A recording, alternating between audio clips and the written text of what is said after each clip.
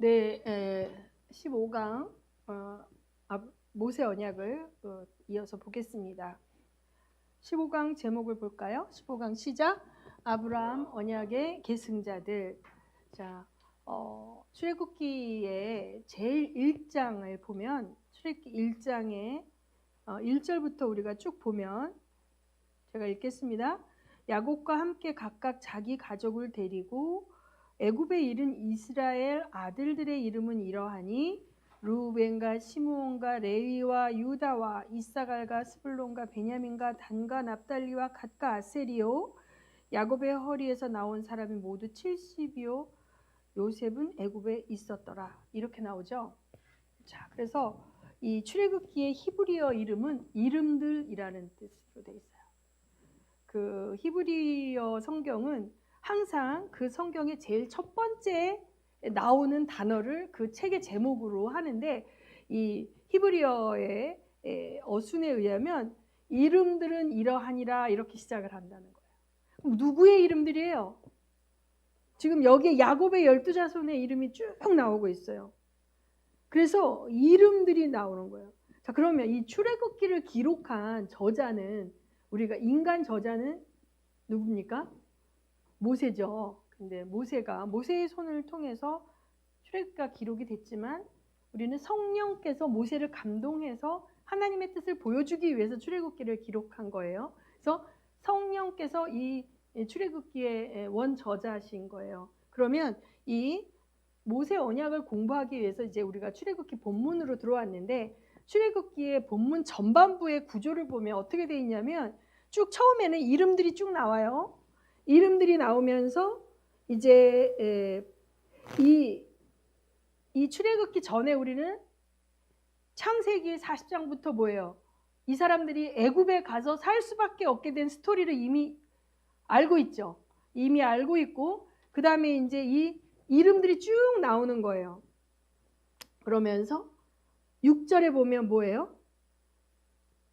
요셉과 그의 모든 형제와 그 시대의 사람은 다 죽었고, 제가 얘기했죠. 언약이 계속적으로 갱신되어져야 하는 이유는 인간이 유한하기 때문에, 인간은 육체의 생명이 끝나면 죽기 때문에. 그래서 여기 처음에 아브라함에게 맺었던 언약을 누가 이어받았습니까? 이삭이 언약의 상속자가 되었고, 또 이삭의 자녀 중에 에서와 야곱이 있었지만 에서가 아닌 야곱이 언약을 상속했고, 야곱의 12아들이 있었는데, 자, 여기에서 쭉 이름들을 얘기하면서 그들이 어떻게 되었다? 다 죽었다. 근데 이들이 어디서 죽은 거야 지금? 이들이 가나안에서 죽은 게 아니라 어디서? 애굽으로 다 이민 왔죠. 이민 와서 죽었습니다. 자, 그런데 이들은 죽었으나, 자, 하나님의 창조 언약대로 생육하고 번성했어요.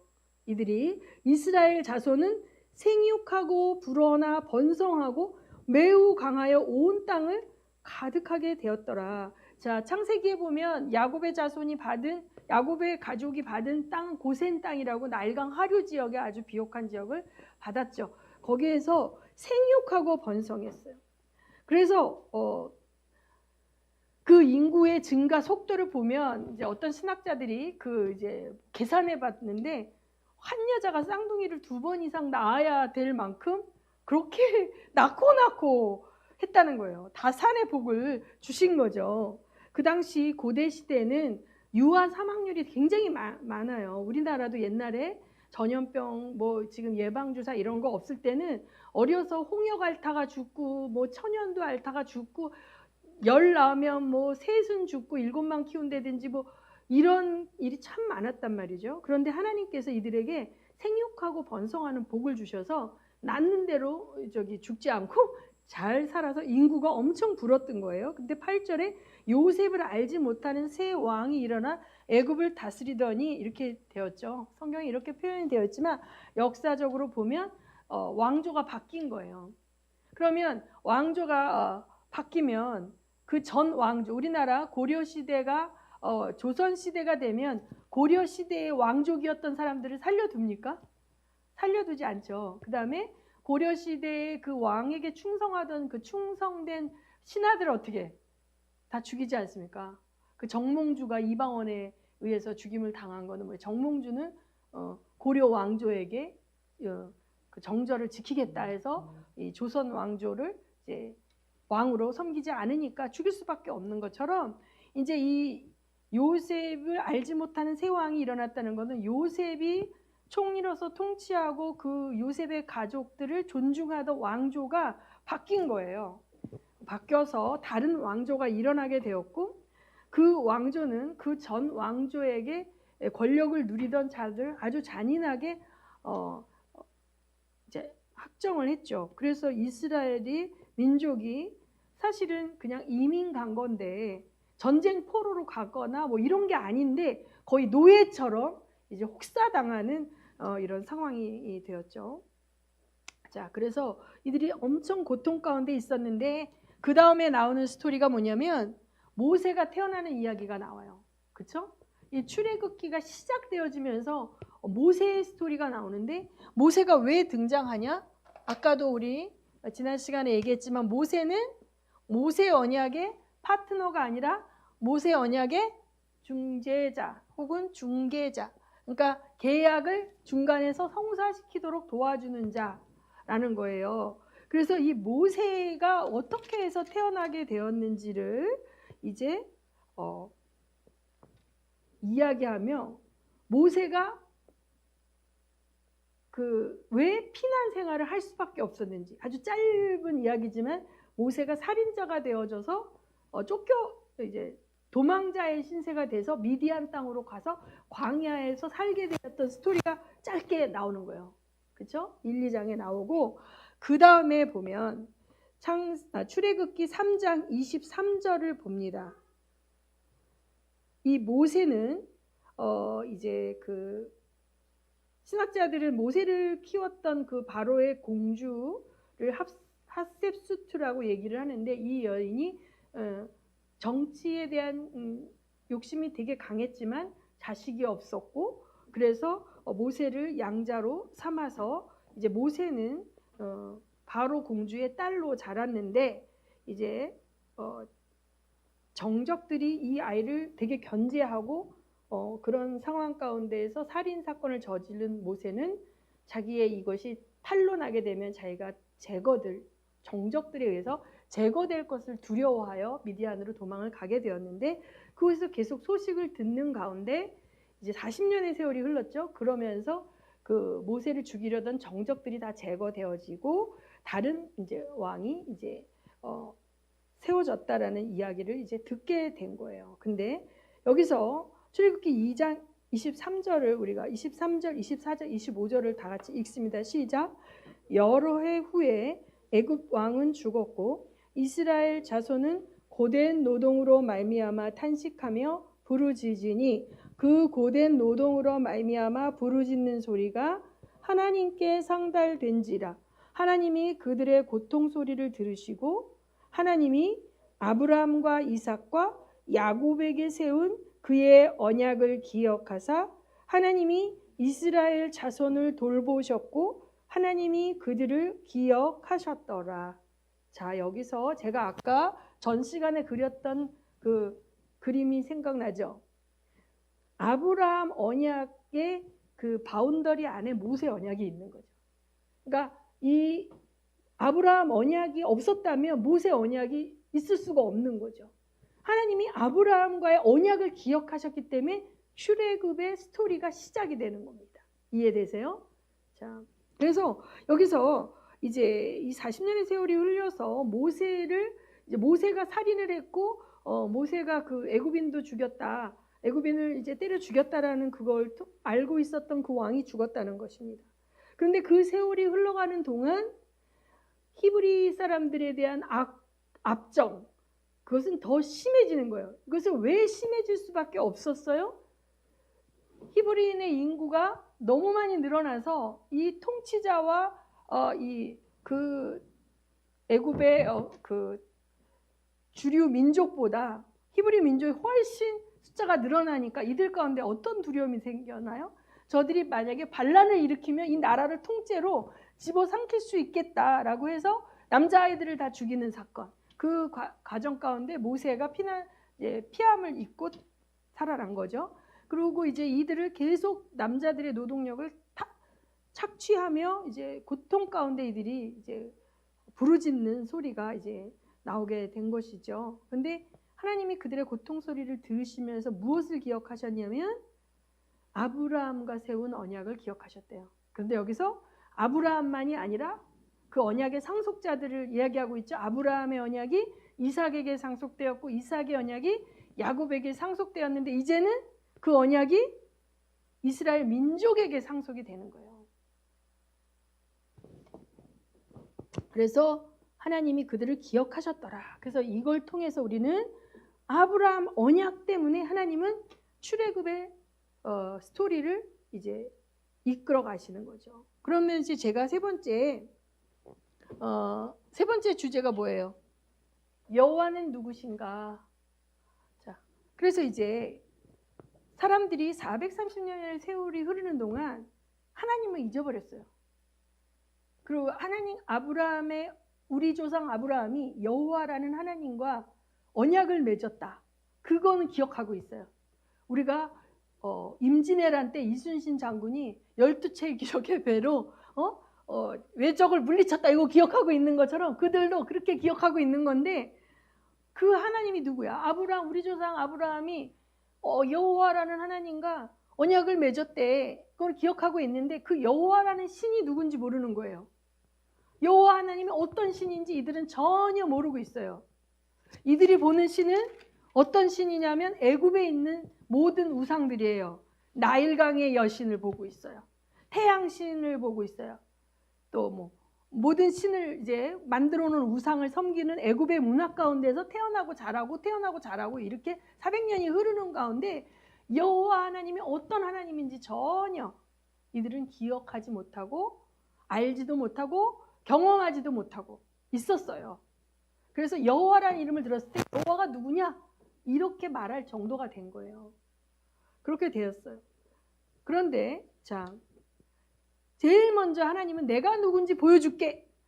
이 출애굽기 스토리는 아니 언약을 맺으려면 하나님과 이스라엘 백성이 언약을 맺는데 이스라엘 백성이 하나님이 누군지를 모르면 언약을 맺겠습니까? 안 맺겠죠. 그러니까 내가 누군지를 하나님이 굳이 보여주시지 않아도 되는데 이 언약을 끌고 가야 되기 때문에 자 하나님이 누군지 깊이 알고 신뢰했던 아브라함은 죽었죠. 이삭도 죽었고 야곱도 죽었어요. 그리고 이 백성들은 430년이 지난 동안 하나님의 인격을 몰라. 하나님 존재하시다는 것조차도 희미해요. 그런데 이제 내가 존재하는 신이고 내가 어떤 신이라는 것을 가르쳐서 나를 믿게 만들어서 언약을 맺어야 하는 하나님의 이 힘드신 과정이 출애굽기에 나오는 것입니다. 제일 먼저 모세에게 하나님 나타나셨을 때 당신이 누구십니까? 모세가 물어보잖아요. 아니 당신이 누구신데 나와가지고 저보고 뭐 가서 백성들을 뭐 이렇게 하면 누가 너를 보냈냐 그러면 내가 뭐라 그래요? 당신 누구세요? 이렇게 물어보지 않습니까? 그때 모세에게 뭐예요? 나는 하나님이 떨기나무 가운데서 자기를 소개하시죠. 나는 뭐예요?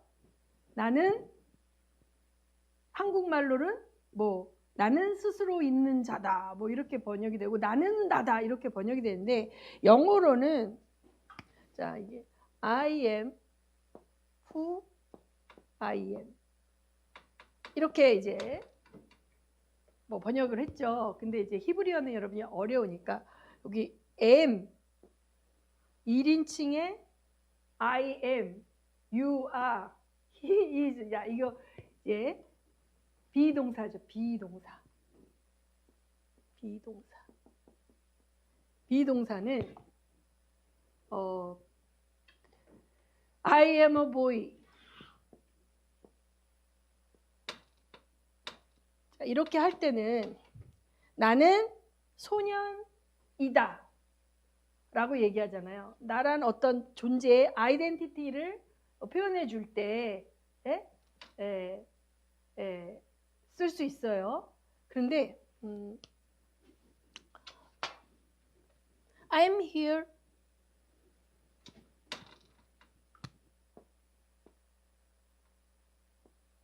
이거 무슨 말이에요? 해석해봐요. 성민 형제. 나는 여기에 뭐예요? 있다. 그쵸? 나 여기 있어. 자, 이거는 존재가 아이덴티티가 아니라 뭐예요? 존재한다는 거죠. 그래서 우리가 이제 문법책에서 배울 때 존재를 나타낸다. 자, 그러면 이렇게 이 문장을 두 가지로 해석할 수가 있는 거예요.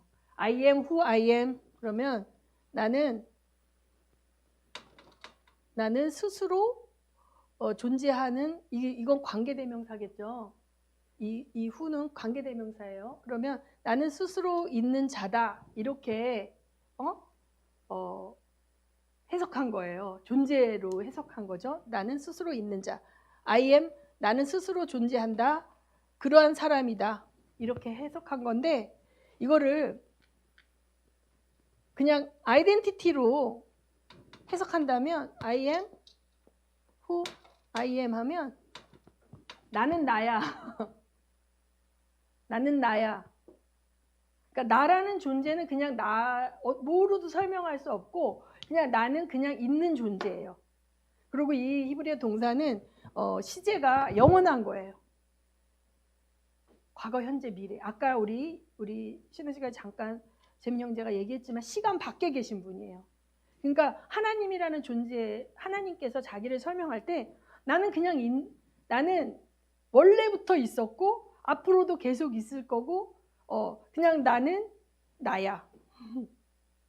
그러니까 너무 한 번도 경험해 보지 못한 신인 거예요. 이 모세 입장에서 볼 때는 그 당시 그들은 뭐 만들어 놓은 신, 태양신, 무슨 신 뭐 이렇게 피조물을 다 신으로 섬기고 있었는데 그 모든 것 위에 계신 하나님을 처음으로 접하고 그 시간과 공간과 이 모든 것 위에 계신 하나님, 창조 세계, 물질 세계 위에 계신 하나님, 그 하나님 캐릭터를 그냥 하나님이 자세히 설명하시지 않고 나는 나다라고 설명을 하시는 거고, 그 다음에 여기 또 하나 뭐가 있어요? 아브라함과 이삭과 야곱과 언약을 맺으신 하나님이에요. 그러니까 이 하나님의 아이덴티티는 우리 조상과 언약을 맺으시는 하나님이고, 근데 그 하나님은 그냥 나는 나다라고 표현하시는 그 하나님밖에 몰라. 모세는 그런 정도를 갖고 있는데 뭐라 그럽니까 모세가? 나 못합니다. 그렇죠? 나 못합니다. 내가 가서 그들에게 얘기할 때 그들이 내 말을 듣겠습니까? 절대 못합니다. 그러니까 뭐예요? 하나님에 대한 신뢰가 없고 하나님에 대한 인포메이션, 정보는 가졌지만 믿음이 있어요, 없어요? 없는 거예요. 모세가 자기 자신에 대한 자존감도 굉장히 낮아요. 굉장히 바로의 아들로 뭐 이렇게 때려 죽일 때만 해도 히브리 민족들에게 싸우지 말라 뭐 이렇게 하고 할 때만 해도 뭔가 내가 할 수 있는 존재, 뭔가 영향력을 끼칠 수 있는 리더라고 생각을 하면서 자랐겠죠. 리더십을 갖도록 제왕의 교육을 받았잖아요. 왕자의 교육을 받았지 않습니까? 최고의 지식인 그룹을 선생으로 두면서 그런 프라이드가 다 사라져버리고 40년 동안 광야에서 그렇죠? 짐승의 궁뎅이만 보고 따라다니면서 살았기 때문에 이제 자존감이 다 바닥이, 이게 언제 끝날지 곧 돌아가리라 생각을 처음에는 했을 수도 있겠죠. 근데 1년, 2년 지나면서 다 부질없다 라고 다 내려놓은 상황이기 때문에 자기 자신에 대한 자존감도 굉장히 낮아요. 난 못합니다. 하나님에 대한 신앙도 없고 자기 자신에 대한 프라이드도 다 상실했어요. 그러니까 이 모세는 언약의 중개자의 역할을 감당할 수 있다 없다? 없어요. 없는 상태예요.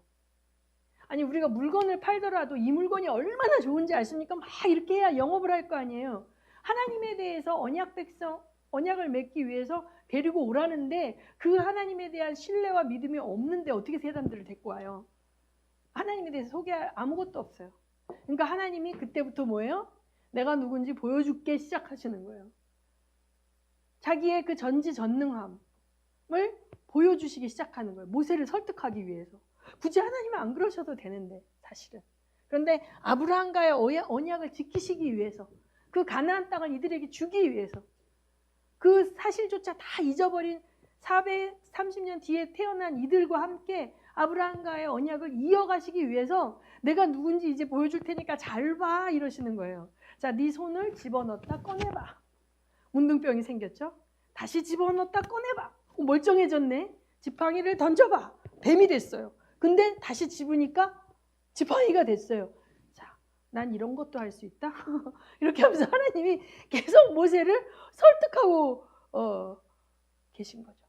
모세가 좀 용기를 내서, 그런데요, 제가 가서 근데 바로한테 말할 때 그 사람이 안 들으면 어떡하죠? 막 이러면서 계속, 그리고 제가 말을 좀 잘 못해요. 말을 좀 더듬는 경향이 있어서, 그랬더니 달변이 네 형을 데려가라. 뭐 이렇게 하면서 하나님 계속 조건을 보완해 주시면서 모세를 설득하고 여호와가 누구신지를 보여주고 계시는 거예요. 처음에 출애굽기의 스토리는 그런 거예요. 이 모세 언약을 체결하기 위해서 먼저 언약의 중개자인 모세가 믿음이 1도 없어. 1도 없는 모세에게 하나님이라는 분을 경험시키고 알려주고 막 이러고 계신 거죠. 그런 모세가 이제 용기를 얻어가지고 백성들 앞에 가서 이렇게 해서 우리 조상의 하나님 여호와께서 우리와 함께 다시 언약을 맺기 원하신다. 그러니까 그래서 이스라엘 백성은 뭐예요? 와, 드디어 우리의 기도가 응답됐고 우리 이 지겨운 노예 생활에서 벗어나겠다. 이것만 좋은 거예요. 내가 지금 겪고 있는 이 고통과 이것만 안 겪을 수 있다면 이들의 마음은 그 신이 여호와가 아니라도 상관없는 거예요. 바알이면 어떻고 뭐 아세라면 어떻고 몰렉이면 어때? 그냥 나는 이 고통을 모면케 해줄, 이 노예살이를 모면케 해줄 그 신이면 누구라도 좋아. 사실은 이런 상태인 거죠. 근데 그 신이 우리가 매일매일 보고 있는 저 애굽의 신보다 더 세대? 그 신이 만약에 더 약해갖고 애굽의 신이 더 세갖고 우리가 괜히 그 신 섬겼다가 더 고통당하면 어떡하지? 이 정도인 거죠.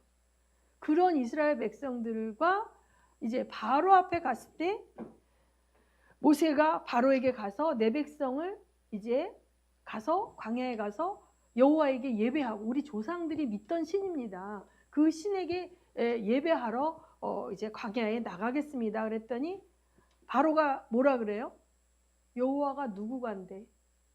도대체 여호와라는 신이 뭔데 내 백성을 일을 멈추고 거기 가서 예배 드리는데 내가 왜 내보내줘야 돼? 이렇게 얘기하고 있어요. 모세가. 자, 너무 웃긴 게 바로가 이 이스라엘 백성 바로께 아닌데 너무 남의 걸 너무 오래 빌려 쓰다가 오래 있다 보니까 이게 자기 건 줄 알 수 있죠.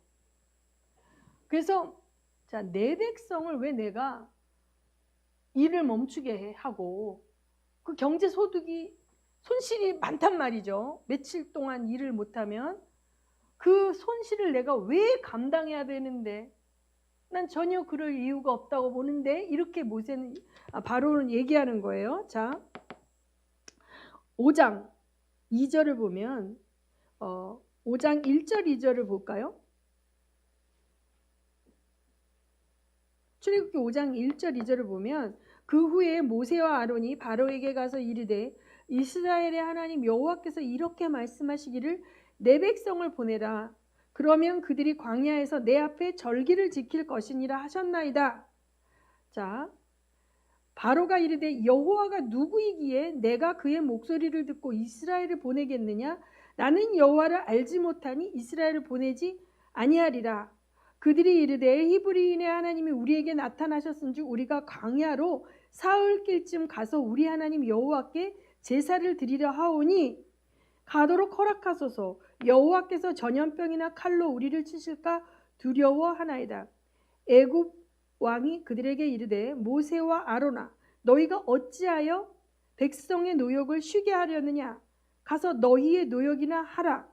이렇게 얘기하며 이 바로의 관심은 이제 이 땅에 백성이 많아졌거늘 너희가 그들로 노역을 쉬게 하는도다 하고, 그날 백성의 감독들과 기록원들에게 명령하여 너희는 백성에게 다시는 벽돌에 쓸 집을 전과 같이 주지 말고 그들이 가서 스스로 죽게 하라. 이렇게 얘기하죠. 그러니까 이 바로의 관점은 내가 부리는 내 종들이고 얘네들이 생산하는 그 생산 경제 이득을 내가 손해볼 이유가 없는데 너희들이 너무 배가 불렀어. 그래서 안 되겠어. 이제 너희들이 그 벽돌을 이제 구울 때 넣는 그 뭐예요? 짚을 직접 채취해라. 이렇게 해서 노역의 강도를 더 높여서 딴 생각을 못하게 만드는 거죠. 그러면서 이제 그 구절에 보면 그 사람들의 노동을 무겁게 함으로 수고롭게 하여 그들로 거짓말을 듣지 않게 하라. 이렇게 얘기해. 그러니까 믿지 않고 있어. 모세가 말하는 것이 진짜 하나님이 나타나셔서 했다라는 걸 믿지 않고 다 거짓말로 여기고 이제 이가 강팍하게 이 백성들을 더 압제하는 사건. 그러니까 여기서 지금 출애굽기 전반부에 보면 하나님이 모세 언약을 맺으시기 위해서 첫째 언약의 중개자인 모세가 믿음이 있어야 되고 하나님이 누군지를 알아야 되는데 전혀 그게 안 되고 있다.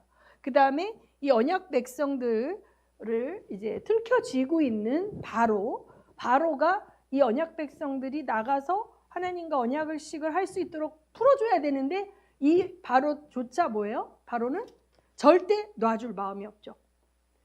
그렇죠? 자기 거라고 생각하고 있는 거예요. 그들의 그 노동의 결과물을 자기가 다 취해서 먹고 이득을 취하면서 이들에게 대해서 배려하기는커녕 이들을 더 옥죄고 있는 거죠. 그러고 이제 이스라엘 백성들은 뭐라고 얘기합니까? 네가 괜히 바로에게 가가지고 그딴 말 해가지고 우리가 더 고생하게 됐지 않냐 하면서 이제 원망하지 않습니까? 그래서 이 모세의 리더십이 전혀 세워지지 않고 있죠. 그런 일들이 이제 생겨나면서 여러분 쭉 보면 이제 여기서 뭐가 하나님이 여호와는 누구신가를 보여주는 과정이 이제 10가지 뭐예요? 이 재앙이 나오는 거예요. 바로의 마음이 강팍하게 될 때 이제 어떤 일이 생깁니까? 애굽에 재앙이 자꾸 생기는 거죠. 그래서 10가지 재앙이 차례차례 임하면서 이제 이 애굽이 망해가는 징조가 이제 나와요. 여러분 이제 이거를 우리 신학교 때 외우는 방법을 잘 외우는 교수님이 가르쳐 주는데 이렇게 외우니까 여러분 진짜 잘 외워져.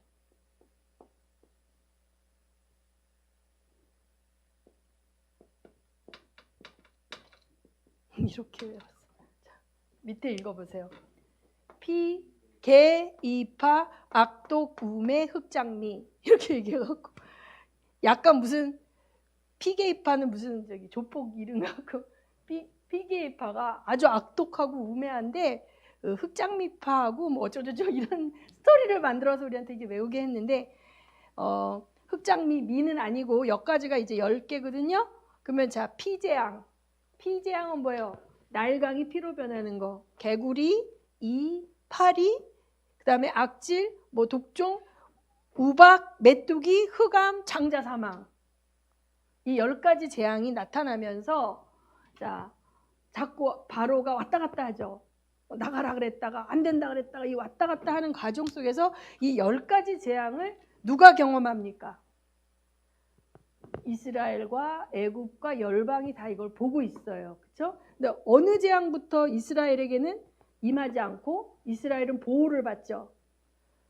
그래서 이 피게이파 악독우매 흑장 이 10가지 재앙을 통해서 하나님이 여호와는 누구신가를 보여주고 계시다는 거예요. 이해되세요? 자, 여기서 가장 중요한 게 나일강을 피로 만들었어요. 여러분 애굽이라는 나라는 사막 지역 그 애굽 옆에 무슨 사막이 있어요? 사하라 사막이 있고 그 긴 땅 이 애굽이라는 히브리어가 미츠라임이라는 뜻인데 미츠라임이라는 거는 길고 좁은 땅이라는 뜻인데 무슨 말이냐? 애굽이 왜 길고 좁죠?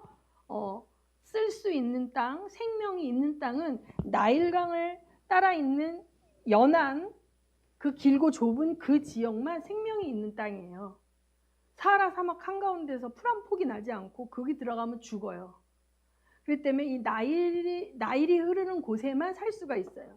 그래서 생명의 여신이에요. 나일강이 그들에게 있어서는. 그래서 생명의 여신인 나일 여신을 엄청나게 숭배했겠죠. 근데 그들의 모든 생명을 주고 있다고 생각하는 그 나일강을 피로 만드니까 그 나일강에 있는 모든 생명체가 썩어가지고 악취가 나고 이게 뭐예요? 죽음의 강이 돼버린 거예요. 그래서 이 10가지 재앙을 통해서 모든 애굽이 섬기고 있던 그 우상들, 우상신들을 하나하나 박살내는 과정인 거예요. 하나님께서. 그래서 하나님은 나일의 여신보다도 센 하나님이야. 자, 이스라엘 백성의 관점은 그 여호와 하나님이 우리가 매일매일 보고 있는 애굽 사람이 섬기는 그 신들보다 세대? 그 신을 믿었다 우리가 고통받는 게 아니라 그 신이 우리를 괴롭히는 애굽 사람들을 혼내줄 수 있대, 이런 관점이라고 그랬잖아요. 그렇기 때문에 여기서 나일이 박살나는 걸 보는 거예요. 나일의 여신이 속수무책으로 죽음의 여신으로 변하는 것을 보는 거예요. 맨 마지막에 흑암은 자, 왜 껌껌해졌습니까?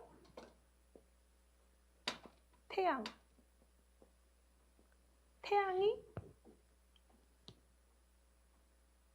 빛을 잃은 거죠. 그래서 이 파라오는 태양신의 아들이라고 이 가장 또 이제 그 애굽인들이 유력하게 섬기던 신이 이 태양신이에요.